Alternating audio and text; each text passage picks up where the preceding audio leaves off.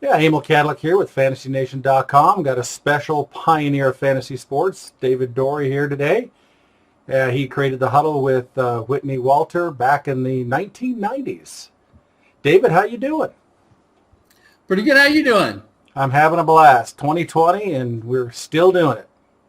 I'm telling you, one of my favorites from the old days. Yeah, yes, we did.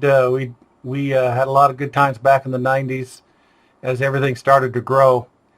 Oh my God, back in the old Wild West. Oh, it was nuts. We're going to talk about it right now. So tell me, when you were young, how, were you into sports and got into football and all?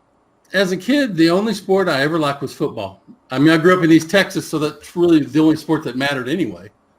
But, I played football up till high school. After that, I didn't play because they didn't need any more short, slow white guys. I've always followed football. Always been a big Cowboys fan because I grew up in East Texas. But, that's the only thing that I ever really liked was football. So, well, that worked out. So as you, when did you finally learn about fantasy football? I had never heard of it. I was a programmer for electronic data systems in Sacramento, California. Whoa. And one of the guys came and asked me to join their fantasy league because I knew I liked the Cowboys. And so I said, okay. And I did what the only thing you could really do back then, and that is I think I found an Athlon or a Lindy's or one of those real generic magazines that had stats in the back for what the players had done the previous year, because that was like just about the only information you could get back then. And I went to my first draft, and I drafted Troy Aikman and Michael Irvin and Jay Novacek, and I drafted the rookie Emmitt Smith. Oh, so that tells you what year was that? Somehow winning second place. It was very good. It was just the first of many, many times I've lost the championships. But, it was a lot of fun. It certainly gave us all something to talk about at work. And from there, it really evolved for me because I love football so much. I love statistics and I love computers and all that. And so I became the scorekeeper for our fantasy league. And because back then, there was nowhere you could go to get it done. You had to do it by hand. And in fact, you had to, we used, I think, USA Today as our source. I couldn't give them their scores until Wednesday. Whoa. Because I had to buy USA Today on Tuesday to get the Monday night game. And then every Wednesday, everybody would come to my desk and say I scored everything wrong. And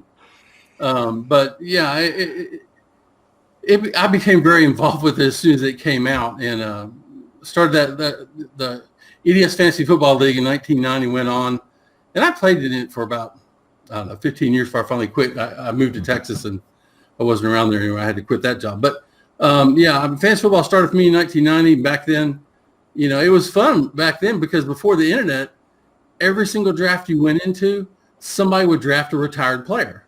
Oh. And the deal was, as soon as you write the name on that board, that player's yours. So nobody would ever say a word when somebody's writing that name down. As soon as they took the pen off that board, everybody started laughing. It was just so hard to get information back then.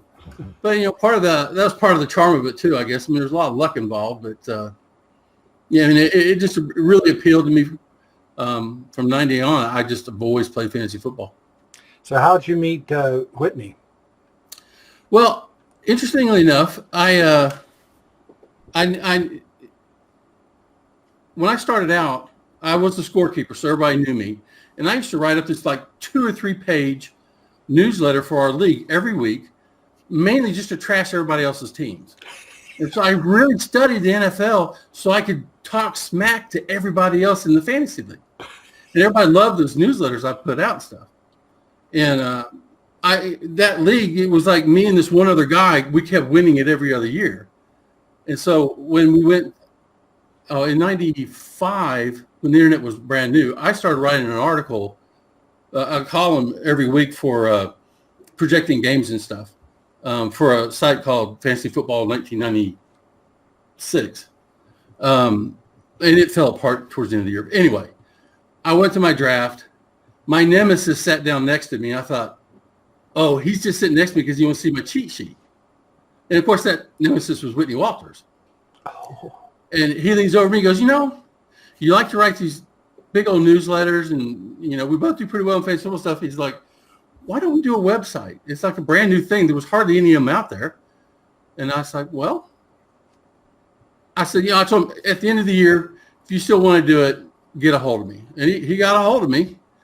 And we ended up at a Round Table Pizza in Rancho Cordova, California, talking over what we wanted to do. Back in that was January 97. Back then, you could actually go find domain names.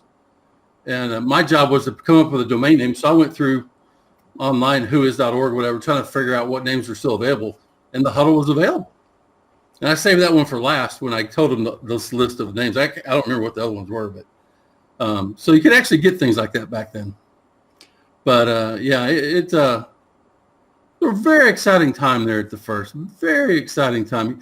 I remember I got on the internet maybe 94, 95, something like that. Back on the phone modems and 96 BAL and all that crap.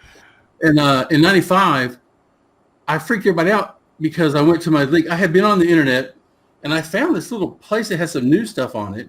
And it mentioned 2 rookies that I hadn't heard anything about. So when we went in 95, went in my draft, I drafted Terrell Davis and Curtis Martin. Oh. And nobody even knew who they were when I drafted them. God.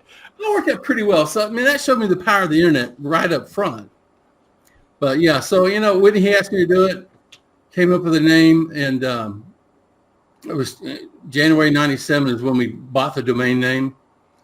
From there, it was that first year. It was just Wild West back then.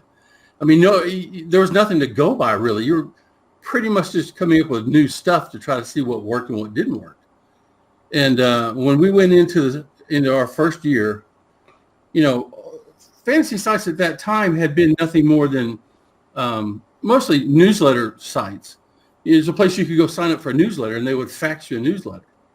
And it wasn't yet really taking advantage of what the internet would allow you to do. So we came into it with two primary goals we have. One was I wanted to make a community on the internet. And 2, I wanted to offer stuff that every day had something, had a reason to come back to the site every single day, because it really wasn't like that before. Do you remember back in the day the news groups like alt.rec.fantasy.foot, whatever that was? Yeah. I often wonder now how we found them and what they were, because I don't remember exactly how we got to them, but they were big. They were big back then. You were on there, weren't you? Oh, yeah. Yeah, I'm sure. I remember I went on there. This is our marketing for the Huddle. I went on that news group, and I wrote down the emails of 100 people that had been on there. And I emailed each one of them individually and invited them to the site. That was all the marketing we had at first. But, it was really super exciting because the first day we opened, there was like nobody but me and Whitney checking it. I sent all those emails out, and then the next day I had like 30, and then 60, then 100. Then it just started snowballing.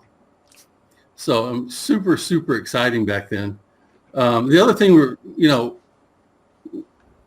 in trying to do stuff every day, I was going to try to offer things that weren't out there at the time. And some of that's like analysis, because I've always been really big on analysis. I come from a computer background, and I'm a statistic geek and all that. And back when I was a scorekeeper for our fantasy league, I recognized the power of knowing what matchups, the importance of a matchup is for a player. And before I came on 97, schedule strength was just, the previous win-loss of your opponents, and that's meaningless in fantasy football. And I used to sit there at work, supposedly working, but, I had all these spreadsheets and stuff, and I figured out, I started doing schedule strength according to positions on what the defenses are giving up, and it was kind of like my secret weapon in the league, because I was the only one that even had that information. And so when we came out in 97, that was one of the things that I brought out was schedule strength. I fully realized other people would have figured it out and did later on, but I was the first person that had that on the internet at the time. Wow. It was funny too. I had I don't know, we've been around 3 or 4 years, and some guy opened a site up, and he had schedule strength, and he wrote me this nasty little letter saying, I see that you saw my site and that you copied my idea. I'm like, dude, go look. I've been doing this for 4 years. I don't think I'm the one copying you. It was pretty funny. Do you remember who that was? No, I don't remember. I think it's just one of those many guys that just came and went in a year. Because back then you had that a lot. Yeah. And in the starting years, there were a lot of sites that just wouldn't last. I mean, they wouldn't even last a season. Wow. By the time they get like week 10 or week 12, it's like, this was really work. And so they just close shop. And that fantasy football in 1996 that I wrote for free, they closed like in week 12 or something. I wonder if fantasyfootball.com was available in 96. No, it wasn't. Somebody had already jumped on it. Yeah, okay. Here, by the way, what was your tagline in 1997 on your website? It was get into the game. Let's take a look. Oh, get out of the stands and into the game. Okay, yeah, you found it. I know. How great is that? Page real estate, super important. And we put the top third of our page, this huge banner that had our name on it. Yeah. It seemed like a thing to do at the time. Well, certainly. I where there were. I have, I can find mine on the Wayback Machine. I found that on the Wayback Machine, by the way. Right. I had a site, I think my site started in 1996 or whatnot, fspnet.com, which is a horrible name. We don't have to talk about that.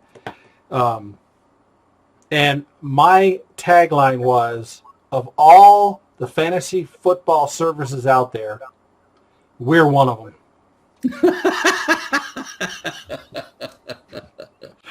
That shows you my personality. Oh, I don't know. For some reason, sometimes I get off on humor when I probably shouldn't. So that was a great start. That was neat about the SOS that you started that, because obviously that's still important today. And actually, you do a call for one of our magazines on that, mm-hmm. and I think that's important kind of stuff. Oh, by the way, I saw a couple things. You wrote a book called The Next Level? Yes, I did. That was about 10 years ago, I guess, or so. It says 07. It said 2007 on where I found it. But. Right. Oh, yeah, 12 years. I had an agent come up to me and wanted me to write a book about it, because at the time, fantasy football, was just then getting really going and really heating up. And so he asked me to write a book, and so that was a lot of fun. I wrote it. The tough thing about writing a book is that you want to use the current names, but then it really dates the material. But, even still, the book still sells. I still get like small royalty checks from it. And it even sells as audio books. Yeah, I saw it on audio too. So was it more of a how to play fantasy football? Yeah, it just went through and talked how to play fantasy football, went through each of the different positions and discussed what the different, how to analyze the positions, what they meant to each other, and also how important scoring is as to how it relates to the player valuation. And it just went through pretty much soup to nuts on everything you want on fantasy football. Yeah, I was reading something somewhere. To write another one, but I haven't just got around to it yet. I like this one bio. I'm not sure if it was that book or not, or on your site. It says, David Dorey, considered the leading fantasy football prognosticator in the world. That's good. And also, publishers. I know, I'm just kidding. It's great. I'm not going to argue the point, but exactly. Now, 1998, it looked like you took second in the Dick Butkus Award for Best Fantasy Football Site. We won Butkus 2 or 3 years. We won it. Do you remember who first. Did? He was kind of cool because he came out when we first started out. He went and he was kind of reviewing the fantasy football sites, of which there were like 6 or 8 maybe. Yeah. And he gave his award out. And we won it several times. That's fantastic. He just stopped doing it. I think probably about, 90 or something. I forget when he stopped doing it. I remember him coming to one of the FSTA, and he was in a draft. And I remember he had bad breath. It was not fun. I got a book autographed by him. That's kind of cool. That's very good. He was a heck of a player. Football player, not necessarily fantasy. We don't know. Absolutely. What is the Brady Games Fantasy Football Handbook? That was a magazine that we did. Man, that was a magazine. Hats off to you guys for doing magazines, because that's a pain in the butt. Oh my God. We did that for, I don't know, 2 or 3 years. Brady Games came to us and asked us to write up a magazine for them. And it was pretty good. I mean, I thought it was really good. I did like 2/3, 3/4 of the whole thing. What time frame was that? That was probably, man, that's been at least 15 years ago, at least. It probably was in around 2000 or so. Oh, okay. Wow. 2001, okay. 2, something like that. We did it. It was a good deal. I mean, it was a good magazine. I was really proud of it. Unusually, most of the emails and stuff I got for it were from people who were like in prison, and that's like the only resource that they had. So they were wanting to get another copy or whatever. I don't know. It's kind of weird. But I guess if you're in prison, they play fantasy football too. Makes sense. Yeah, we have a lot of customers that we mail copies to prison, and if that's a market that's still untapped because it's so difficult to get to those people. Sure. Prisons don't really care. So Yeah. it's kind of hard to work with them to try and get to the community. But yeah, a lot of desperate people in prison who just can't wait to get product. Even today, in 2020. Oh, no. So I'll tell you what was interesting too. People, in this day and age that we live in, that things are so much different. But, when we started the Huddle, Whitney and I went to an ISP, individual service provider, back when that's the only way you could get the internet. And we thought we were going to be really serious about doing the Huddle. And so we didn't get a personal account. We got a business account. Oh. It was $39 a month. $39.99. That's how much it cost to start the Huddle. We, like every other month, we would trade off paying it and argue about whose turn it was. But, I mean, literally, we started the business for $39.99 a month. And then we got so popular, because everything was new back then. They didn't know they were going to have to accommodate the crush of people we had coming to our site. They kicked us off after the end of the year. Whoa. Well, we kept crashing their board because, they stuck us like on one server with other things and stuff. So we would crash that server. We'd crash everybody's everything from that ISP. So, yeah. Maybe they should have been smarter and then charged you a little more and then added a server. Maybe yeah, but, it was new. Who was to know some 2 dorks coming in their front door is going to blow out their servers? That's really good. I'm bouncing around. I'll come back. Sure. It said you won the draft 2006, 182 different people. That's pretty good. Yeah, that was very exciting. That was What was the buy-in for that one? Do you remember? They still do. They still have the draft. I think it's like they had 2 different tiers. One was $35 or something to play, or there was like a $500 play buy-in. I did the $500. But what you would do is you go to the end of the season. You know how the contest does in week 12. The league, if you were in the $500 league, you got like $3,000. If you were in the 35, you got like whatever, $150. Yeah. But then for the final playoffs, they put everybody together. So I was going against a bunch of $35 guys. Oh, but everybody. that was really cool. That's interesting. And that came down to literally Monday night, the final Monday night, like the last play of the game that I won that. Oh. How much did you win? 10,000. That's very good. It was. I was on the phone with Whitney at the time. Oh, fun. It was one of those deals where I had I can't remember the receiver, but one of those deals, they entered the game. For some unknown reason, the quarterback threw like 3 straight passes to the guy for 5 yards each, and I ended up winning by like half a point. That's classic right there. Oh, that's awesome. Yeah, the draft was a copy of the WCOFF, which there were a lot of things. In our industry, your WCOFF did a lot for the industry, and not just in running a contest, but you helped kind of standardize scoring. Oh, because scoring was like all over the board. I hated that in the early years. Everybody had like distant scoring, and if you're scoring these things by hand, like I used to have to do, a touchdown over 30 yards, over 40 yards, over 50 yards, it's just ridiculous stuff. But in my opinion, your contest more than any of them, helped standardize what the scoring was out in the industry for just a standard 1 for 10s, and I did not know that. You also kind of, what year did you start with? 2002. Okay, see, and that's, you started reception points.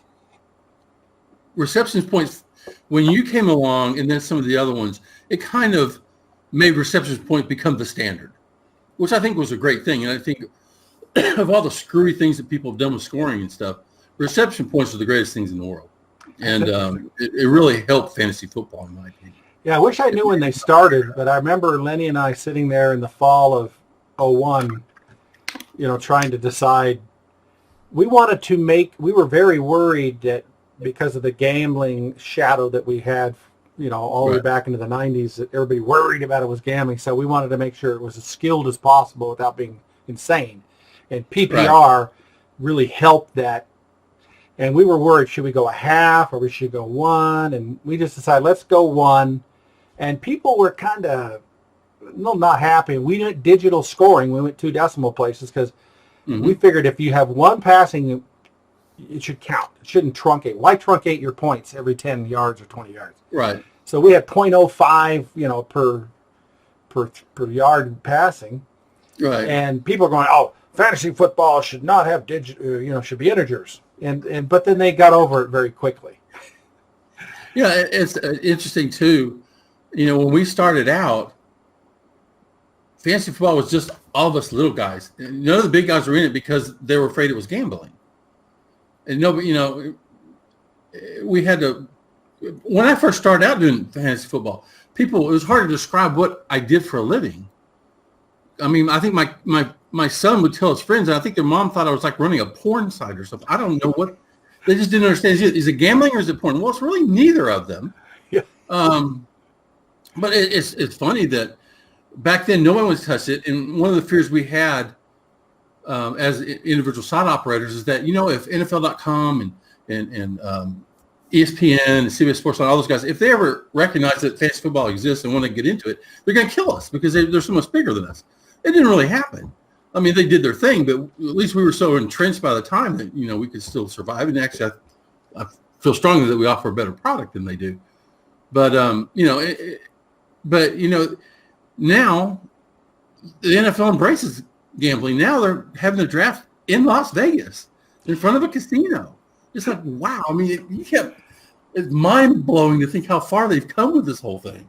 It's incredible evolution, and it's ironic because I remember in the trade association or the WCOFF back in the mid 1990s or whatnot, and we'd say, hey, Fabiano, come to Vegas. We'll get you a team. Oh, we can't go to Vegas or we'll get fired during, a certain time frame of the year. Of course, now we have an NFL team there, and, gambling is quote-unquote legalized.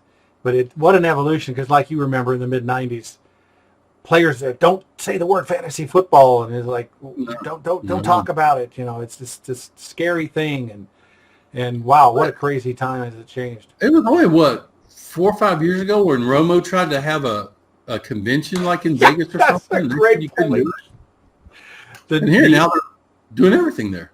Yeah, he tried to do that. He was the NFFC, the Go NFFC. I think they changed the name now, and the NFL fought him and disallowed him to do that. That just been around long enough. That wasn't that long ago. No, I know. That was just a few years ago that happened. I know. That's crazy. Incredible. So, now it's 2020. It's been, gosh, how long is that? 24 years? 22 years for us. 23 years. 23. So, is it easier now with the technology? How's the technology helped you now? Well, it's interesting. The technology is so far advanced now. I mean, when we started out, literally, we used a thing called sausage software, and you were writing raw HTML code. It would just help you a little bit with the tags. And then you'd write your article in the middle of this horrific looking coded page. And then you had to upload to see what it even looked like. And then Microsoft Word had Internet Assistant, and I tried using that, and that just pissed Whitney off because it made such horrible code. If he went back in to try to put a banner or something in it, it just fell apart. We ended up going to Dreamweaver. We were on it for like I remember 18 that. Dreamweaver. Dreamweaver, great product. I wish I was still on it, but I'm with USA Today now, and they have their own product. But it's too, back then too. You had to design your page for the size of a screen, 640 or whatever it was. And now you have phones and tablets and PCs and everything else trying to load it. It's just such a different world now if you're trying to address that. And you kind of have to address the lowest common denominator of a phone. Oh, gotcha. It was always a problem with me because I tend to write these huge articles with all these tables and everything. That doesn't go real well when you're going on your phone. No. So, I've had to change a little bit of what I do. Some of it, it's like, hey, just live with it. The phones are about 65-70% of typical users. I don't know about yours, but that's a big number. Yeah, it has grown. I think it's interesting too is when we started out, because we did polls like every few years. Back in the early '90s, late '90s, most of the people that were involved with fantasy football were guys, usually professionals, and very likely in something in the computer world or something, just because they're on the internet before anybody else. Wow. By now, and back then, I think we had like 1% female. Now I think we're about at least 10 to 15% female. That's great. So it's really changed. You can't make guy jokes when you write because you might be offending someone, and they will tell you. I'll tell you what's another thing you don't realize. Email, when we started out, was really, really important. In that first year, in 1997, I could write an article, and the next morning I'd have like 30 emails about it. Wow. And I answered every single one of them. I wrote back something like 4,000 emails that first year. Wow. I know. It's crazy. And that probably helped the customers, and they connected more with you. Right. That's why I did it. But, you don't. I get a handful of emails a week, maybe. That's just not the way it is anymore. Now that you have Twitter and everything, and Facebook and all that stuff. Our message board. Like I said, one of my goals in starting out was to have a message board, because I could see the how you could build a community with it. But when I started out, told Whitney, we need a message board. I don't want to open this up without it. So he found some Mickey Mouse message board that the only thing was out there. And then for like the first month, if you went on our message board, it looked really, really active. And that's because it was me asking questions and me answering them. So back then, you would write down whatever name you wanted for your name. So I'd make up some name, and he'd ask a question, and then I'd answer it. So, fortunately, it took off after about a month or two, and I didn't have to do that anymore. But that's good. Everybody who was there in the early days always laughed about me going on my message board, and I would ask questions, and I would answer them. Well, you had to get it going, I guess. That worked out pretty good. You still have message boards these days, or are they gone? Oh, yeah. Yeah, we do. And there's still a community there, but, it's a fraction of what it once was. Yeah. Once Facebook came up, that really dug into people going online and interacting. And then Twitter just made it even more so. Yeah, gotcha. So in 1998, we had the Fantasy Football Convention at the Tropicana. Did you guys go to that? Yes, I did. Yeah, I know you did. I did. It's funny. The speaker for that, I can't forget his name now. Oh, Jesus. He wrote a blurb on my book. Anyway, he was there. He was an ex-football player, Tim Green. Yeah, Tim Green was the speaker for it. And he came by and talked to me for a while because my wife's best friend was the best friend with like his wife in New York. How do you like that? Kind of thing. And then he ended up writing a blurb for my book because he was with the same publisher, and he just got a name because he had a recognizable name at the time. That's great. But yeah, I remember we went there, Whitney and I, we had all our handouts and all this candy and all this stuff because this was our first convention ever. Yeah. And it was mostly just us looking at each other wondering, where's all the people? Because, I think it had, in fact, when Tim Green spoke, Lynn went around, everybody's like, come on, everybody, close your thing down. You got to come get in the audience so it looks like we have people. Yeah. It kind of turned out to be the prequel to the Fantasy Sports Trade Association. Yeah. Because it was more B2B, really. I can remember KFFL was there across from us with a very young Ryan Benini, and they were doing their site there, him and Del Pilar, doing their site in raw HTML at the time, and updating things from there. I remember when we first started out, and we did our news, that newspapers would do their newspaper like they always did. And then at the end of the day, they might stick it on the internet. And so when we did our news, 97, 98, it meant that you had to stay up after midnight and for the next 2 or 3, 4 hours, go to every single site, because that's the time when they published it. They wouldn't even publish stuff until the end of the day. Wow. No, now it's like things go to the internet first, and there's so much. Our job when we started out was to gather information to help you make decisions. And our job now is to try to weed through all that information and tell you what's important and what's real.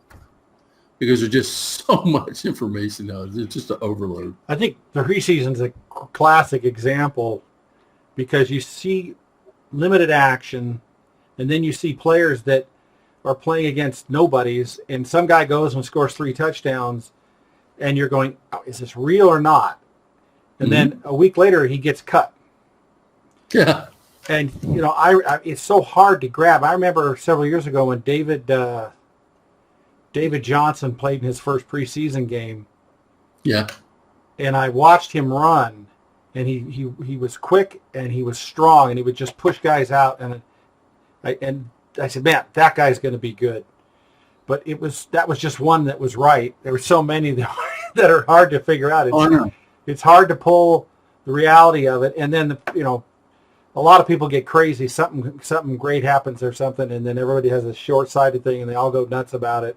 And a week later, the guy's on the bench again or something. But one of the things that I learned through the years is that I don't pay attention to college football until like now. I just don't watch it, because if you watch it, these guys look so good in college. It's like, my God, I can't wait to get my hands on them in my fantasy football team. But then they come out, go into the pros, and there's so many factors to being a successful player in the NFL, not the least of which is playing against NFL quality defenses. Yeah. It's really hard. It's hard to peg them correctly. So, I tend to, if I'm going to err, I'll probably err on the side of conservatism with rookies, just because you can get burned so bad with those things. And yet, they always get so hyped, and they have such flashy, now that YouTube has everybody's highlights on it. Again, that's the thing. That's one of the hard things about our job, is figuring out what's real and what's not real, and what's going to stick and what's not going to stick. Yeah. Predicting the future. You really can't do it, but we try as hard as we can. That's it. Well, I'll give you one example. Odell Beckham. I think it was hamstring, if I recall, his rookie year. Didn't show up in preseason, didn't practice, wasn't in preseason, didn't play till week 3. What's the chance of that man, albeit I think it was the 10th pick in the first round, had a great talent, of ending up, I think it was the top 3 receiver that year, minus the first 2 weeks? Absolutely. How could you predict that? And yet, look what he did last year. Nothing. Well, it was a different situation and whatnot. But I know. Yeah, I remember. He's case in point. Remember Anquan Bolden came out when he was a rookie. Nobody even knew who he was. I'm not even sure he was the first wide out they picked. Yeah. But, he came out. It's rare. The information, there's so much information now. Yeah. It's hard to, you're not going to find something that nobody knows about. But, it is interesting that every now and then you get the Odell Beckhams and those kind of guys sneaking through. And that's what you really, really try to look for. But, again, he was a rookie, and there was nothing to go by. No, there's nothing to go by. And he was hurt, and he didn't practice. Every indicator was wrong for this man. And what I try and tell people is, don't get emotional about your free agent decisions. But on week 3, this guy's coming out. He's got talent. All these negatives are there, but if you got a guy you can cut, put him on your roster for a week. Sure, absolutely. You gotta have your pole in the water to catch fish, and don't get upset that you make a mistake. If it doesn't work, you throw him out and get the next guy. But that's it. You never know. Yeah, the best players I've seen in this, watching all these people play for 31 years, the best players are active. They keep active. They're free agency. Now I'm good at overreacting. I'll cut somebody. I'm mad at them, and then a week later they're starting quarterback. I'm like, oops, shouldn't have done that. Well, I think that Tropicana convention was kind of an interesting milestone in our fantasy history. Just more of getting everybody together. And as a matter of fact, I was talking to James Serra. He said, I don't even remember this. He said we all kind of got in a room during that conference and talked about creating something like the Trade Association, which I think it was initially the Players Association. And he said I was in that room too. And of course, Greg Ambrosius and a few other people. And he said we kind of started the Trade Association right there at the Tropicana, which is kind of interesting. It was the first time we ever got together. It was a really interesting time. Yeah, and there's pictures, and there may be pictures of you and Whitney. I glanced at them. They didn't have a picture of me, which probably saved them. They didn't break the camera or whatnot. But do you remember the guy from The View magazine? I don't remember it. Was it there? Yeah, he was there. Oh, it was Joe Hart. I finally remember Joe Hart. You don't remember him? He was hilarious. He had a fantasy magazine, and he was one of the experts. Remember we had the expert panel, and they all sat up there, and people asked him questions. And whenever he'd answer a question, he would put the magazine up, and he'd answer his question and holding the magazine in his hand. And Bob and I just died. Now I remembered his name. I couldn't remember his name, Joe Hart. I'll have to look him up because I want to talk to him. But he didn't last too long after that. But it was good comedy. And Randy Cross was there also. I don't know if you remember. Yeah, Randy Cross was there. Yeah, one of the things I do remember from that conference was, we were all there. We all had our professional things. It was the first time fantasy football, and the only booth that just had a ton of people was some guy who was selling trophies or shirts or something. He hired two really hot chicks to stand behind the thing. I remember telling Whitney, that's what we should have done. What were we doing? Candy, giving them magazines and crap. We should have got some hot chicks. Yeah, were you doing your Brady Games magazine then? No, that was before that. That was before that, okay. Yeah, that was a little bit before that. I don't even remember the girls. That's pretty bad that I don't remember two hot chicks there. That's bad. I remember Brady Tinker, or Brady, whatever. Not Brady Tinker, Randy Cross. You remember back in, we started in 97, and we were free, and didn't make any money. In 99... we went with Fox. We provided Fox with all of their fantasy football stuff for nothing. Wow. But no into that. But do you remember how the internet had really grown in terms of people investing in it and stuff? And then it crashed. The advertising crashed in 99. No, I don't remember that. We went because we were only getting money from advertising, and we went from 98. 99, we didn't make very much, but our revenue went down like down 2/3 because because the advertising market just fell apart. Yeah, I don't remember. And so in 2000, Whitney and I got together. We're like, we're just about losing money on this, and we're killing ourselves. So we're going to. Is it worth going on in 1990? And even though we had all these people coming, we weren't making any money. We're just dying on the vine because there was no advertising. And I remember we had a meeting. We're like, well, we'll try it for 1 year. We'll charge money because this is what the porn industry had done, and they were successful. Yeah. And so we came out. I think it's $12 a year in the year 2000. And we were like, God, if we could just get I don't know, 5,000 people to do it or something, at least pay for the servers and everything. And then, it blew up. We had 25, 30,000 people paying us $12. Oh my gosh, there's something here. Well, that's pretty cool. I quit my day job. Yeah, that was quick, huh?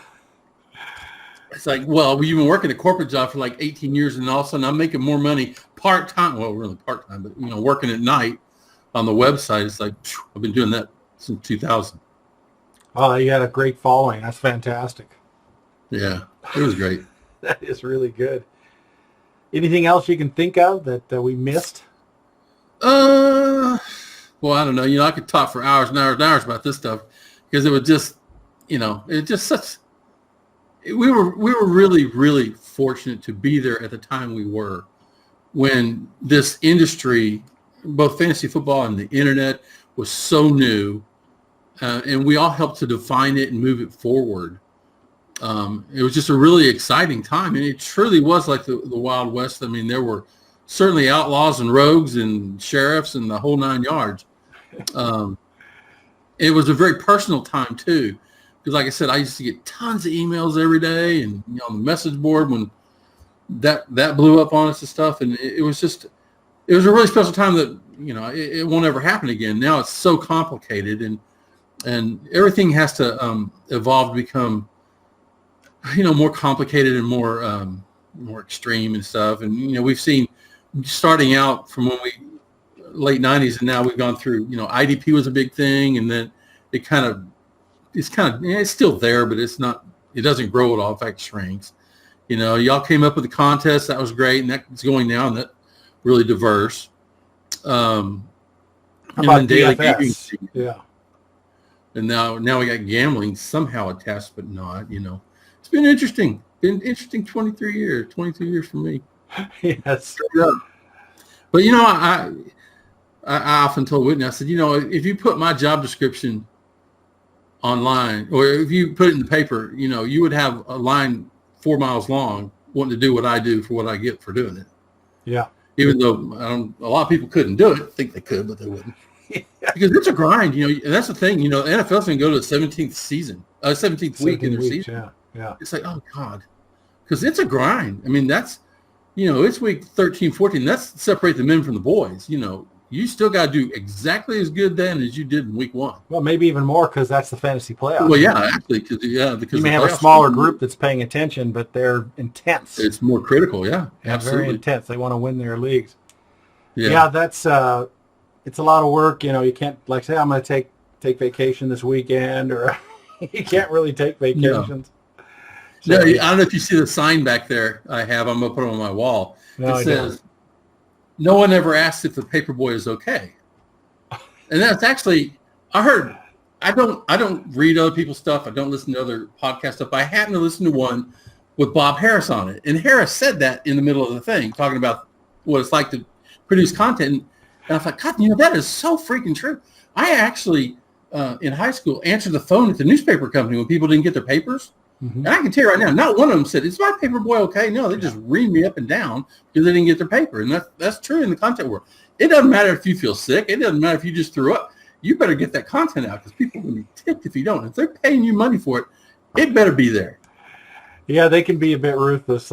James, Sarah, and I were talking about how they can be pretty ruthless. I haven't had one in a while, but I'd get an email where somebody couldn't log in. They bought the product and you guys are bleep, bleep, bleep this and bleep, bleep, bleep that. I can't believe this. I'm going to sue you, or I'm going to, whatever, tell on you because I can't log in. And I mean, just really bad stuff. And I looked this up in his email, and his email wasn't in there. I looked at the log, and he had put a comma instead of a dot for his email. He spelled his email address wrong.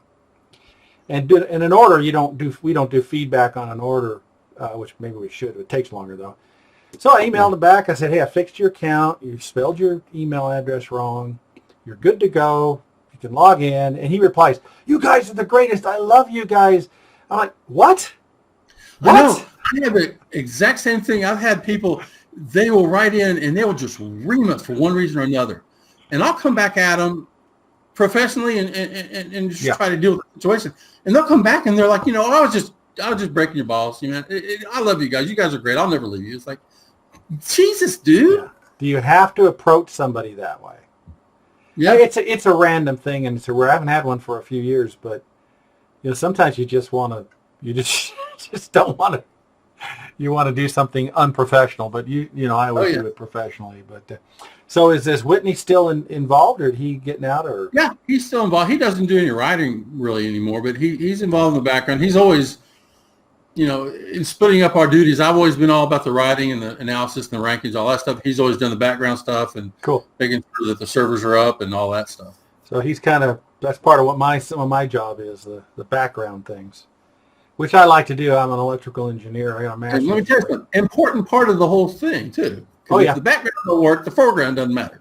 Yeah, when the site goes down, they don't say, "Hey, is your techno guy okay?" A la. No, they don't. No, a la Paperboy. Yeah. I think I've got everything, and you reminded me of Joe Hart, who you don't even remember. So I've got to call him. But man, this has been great, and what a great career! Congratulations. Thank you. Yeah, And you and Whitney too. are definitely fantasy sports pioneers, and I'm really glad. It's been a lot of work putting this together, and I got a lot more to do. But I wanted to. It hit me not too long ago that there's no history, stored anywhere that Right. somebody can go in and say, "Let me see who these people were and the things about it." And I decided to use technology as video because I'm too lazy to write, and I'm not a writer. And you get emotion and you get details you probably won't get. So it's been a great ride. Idea. It's been a great ride. It's been a fun ride. It's funny, you go to that Tropicana, I just think of it because it was just a unique event where you met people, and it was kind of this, time we could all talk and allegedly have people we could talk to. And there was some people there. But It was kind of like if you're a midget and you went to a midget convention. You never knew anybody like you until you went to the convention. It's like, oh, here's a guy who knows everything about fantasy football and websites and all that stuff. That's awesome. That didn't happen before that.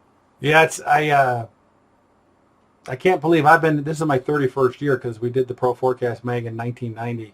And it's like 31 years. It did kind of hit me. It's like, that's a long time, although I'm not retired yet.